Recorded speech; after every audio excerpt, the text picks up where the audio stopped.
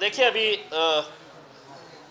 पिछले कुछ दिनों लगातार आप ये खबरें पढ़ रहे थे कि हमारे पालक मंत्री हमारे मित्र संजय सिरसाट साहब इन्होंने विश होटल सस्ते दामों में ख़रीद लिए है करके बड़ा प्रकरण बड़ा हुआ था। वो उस वक्त उन्होंने बताए थे कि भाई मैंने 68 लाख करोड़ रुपए नहीं डाला हूँ, 5 पार्टनर्स है करके, लेकिन आज तक उन्होंने ये नहीं बताया है कि वो 5 पार्टनर्स कौन है करके उसमें।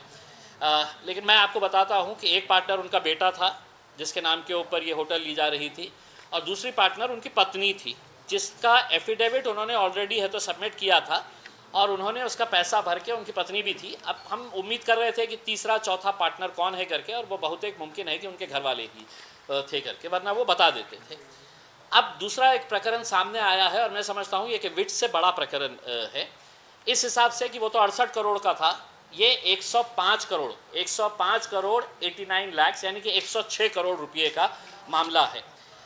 सिरसाट साहब के फर्जंद सिद्धांत साहब को एक अल्कोहल बनाने के लिए जो केमिकल्स लगते हैं या दूसरे चीज़ें लगते हैं, एब्सोल्यूट अल्कोहल, जैसे मेरे नज़र के अंदर हम सिर्फ शराब ही कह सकते हैं, उसकी फैक्ट्री स्टार्ट करने की थी।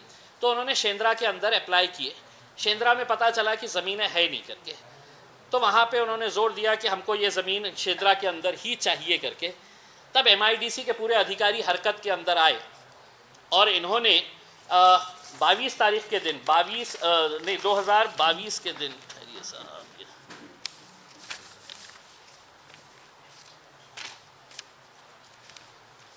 हाँ ये टाइमलाइन है कि 2022 के अंदर ये इनके लड़के ने एप्लीकेशन किया।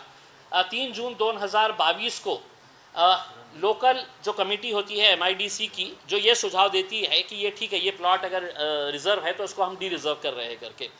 तो 2 प्लॉट थे MIDC शेंद्रा के अंदर जो ट्रक टर्मिनस के लिए रिज़र्व थे। एक है तो A और B ब्लॉक के अंदर था जिसके अंदर 250 के करीब ट्रक्स रुकने वाले थे, और उसका आधा यानी कि 42,000 स्क्वायर मीटर का ट्रक टर्मिनस एक ब्लॉक में था, और दूसरे ब्लॉक के अंदर उसका आधा 21,000 स्क्वायर मीटर 21,275 स्क्वायर मीटर का दूसरा ट्रक टर्मिनस रिजर्व था। अब जब इनको ज़मीन चाहिए थी तो MIDC के पूरे अधिकारी हरकत के अंदर आए और उन्होंने एक प्रपोज़ल तैयार किया कि हमारे को ये 200-250 वाला जो टर्मिनस है वो काफ़ी हो जाता है, दूसरे ट्रक टर्मिनस की ज़रूरत नहीं है, तो उसको डी रिज़र्व किया जाए। उन्होंने अपनी रिपोर्ट बनाया और उन्होंने अपनी रिपोर्ट बना के है तो बम्बई में भेज डाले है करके। इसी दौरान 7 दिसंबर 2022 को कैनियो डिस्टिलरीज नाम की कंपनी सिद्धांत सिरसाट साहब ने शुरू की। उसमें 3 पार्टनर्स थे। एक पार्टनर सिद्धांत सिरसाट जो उनका बेटा है, दूसरा उनकी पत्नी विजया संजय सिरसाट, ये डायरेक्टर थी, और तीसरा जो है वो एक बिल्डर है भावेन अमीन, जिनके घर में ये रहते हैं, ख़रीदे हैं जहाँ पे बीड़ बाईपास के ऊपर, बड़ा बिल्डर है, अच्छा बिल्डर है। तो ये 3 लोग डायरेक्टर्स थे। अब ये इन्होंने डॉक्यूमेंट्स देना था कि हमको है तो 100 करोड़ रुपये 106 करोड़ रुपये की फैक्ट्री स्टार्ट करना है, तो अपना सेल्फ कंट्रीब्यूशन भी दिखाना पड़ता है कि मेरे जेब में भी कुछ पैसे हैं, मैं ऐसे ही पूरा बैंक से नहीं लेने वाला हूं करके। तो कितना पैसा इनको देना था, तो 26 करोड़ रुपये इन्होंने खुद लिख के दिया अपने एप्लीकेशन के अंदर कि 26 करोड़ रुपये जो है 26 करोड़ 47 लाख ये हम अपने जेब से देंगे करके, ये इनके अपने डॉक्यूमेंट में है। और हम लोग 79 करोड़ 42 लाख रुपीस हम बैंक से लोन लेंगे। तो ये जैसे ही इनको अलॉट हुआ तो जो बिल्डर था भावेन अमीन वो ये कंपनी से बाहर हो गया, यानी कि सिर्फ उसका अकाउंट का बैंक स्टेटमेंट इस्तेमाल करने के लिए उसको डायरेक्टर बनाया गया था। ज़मीन मिल गई, चल तू बाहर हो जा, बाहर हो गया। अब आज की घड़ी के अंदर सिर्फ 2 ही डायरेक्टर्स हैं, उनके बेटे और उनकी पत्नी।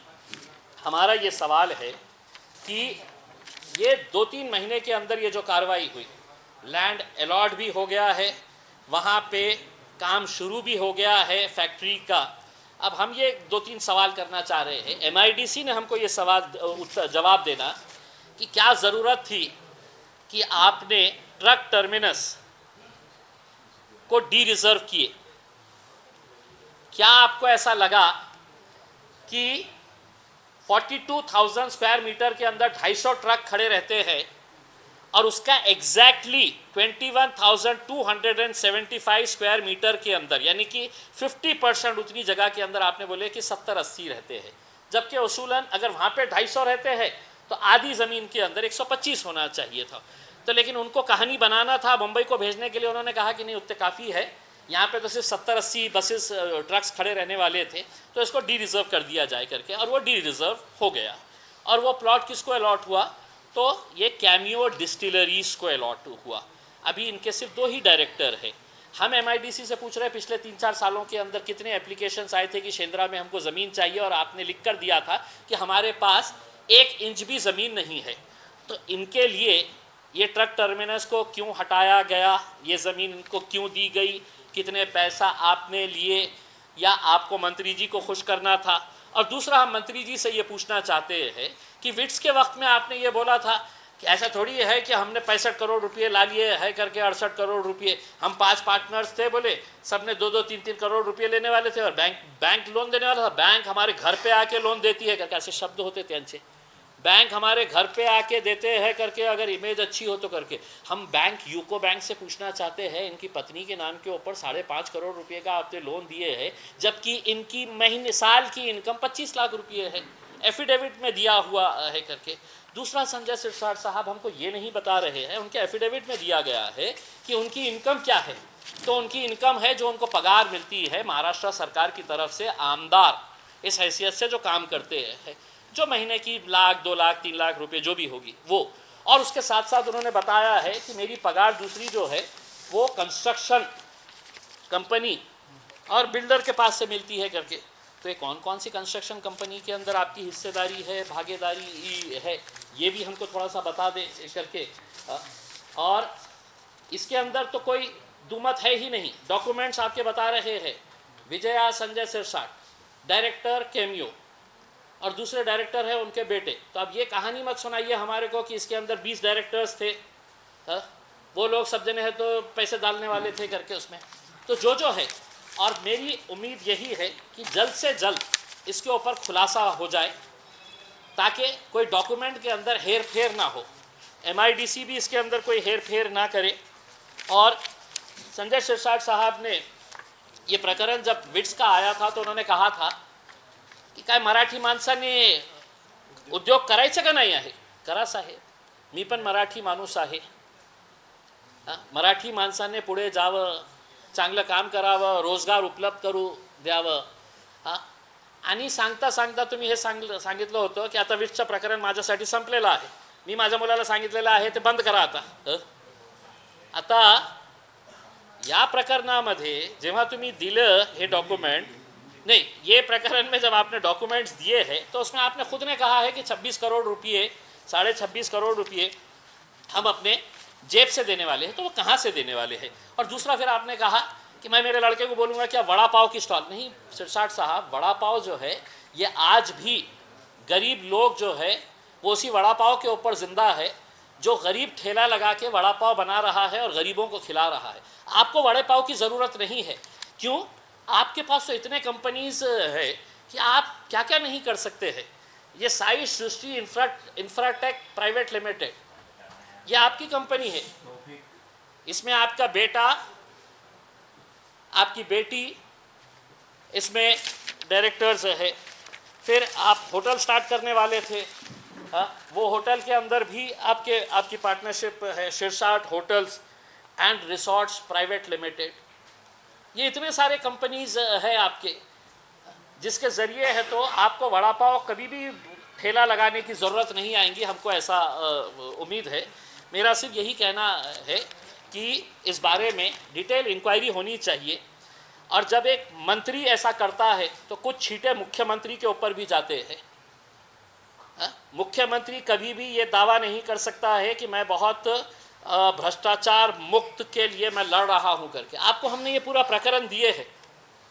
अब आप, अगर आपके अंदर ईमानदारी जिंदा है देवेंद्र फडणवीस साहब, तो इसको आप सीबीआई के एंटी करप्शन ब्यूरो विंग को दीजिए, एनफोर्समेंट डायरेक्टोरेट को दीजिए, आईटी को बोलिएगा कि एक 25 लाख रुपये कमाने वाली, उसके पास 12.5 करोड़ रुपये लोन कहाँ से कौन कौन दे रहा है, कौन सा बैंक दे रहा है करके, तो ये सब सवालों के जवाब अब आपके कटघरे के अंदर है।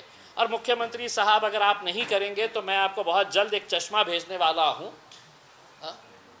जिसके ऊपर आपका नाम लिख के भेजूंगा कि हो सकता है कि आपको बगैर चश्मे के दिखाई नहीं दे रहा होगा, हम जो बोल रहे हैं वो सुन नहीं रहे होंगे उसमें। तो इसलिए ये प्रकरण विट्स से ज़्यादा गंभीर है और मेरी उम्मीद ये है कि हो सकता है कि हमारे पालक मंत्री का स्वभाव देखते हुए सगळे वेड़े आहे, सगळ्यांना अक्कल नहीं आहे, काही काम त्यांना उनको कुछ समझ में नहीं आता है, सब बावड़ट है, ये इसी तरह का रिएक्शन देते हैं।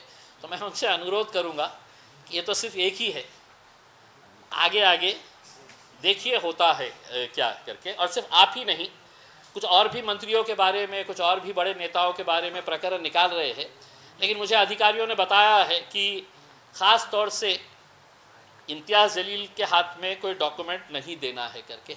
उन अधिकारियों को ये कह रहा हूँ कि आप जिस कुर्सी के ऊपर बैठे हैं ईमानदारी से बैठिएगा। आप ऐसे एक्स MP एक्स MLA मुझे डॉक्यूमेंट्स नहीं देंगे तो गवर्नमेंट ने राइट टू इन्फॉर्मेशन के अंडर में दिया, वो आपको डॉक्यूमेंट्स देना पड़ेगा।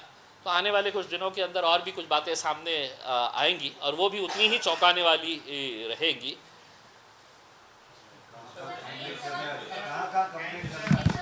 पूछिए।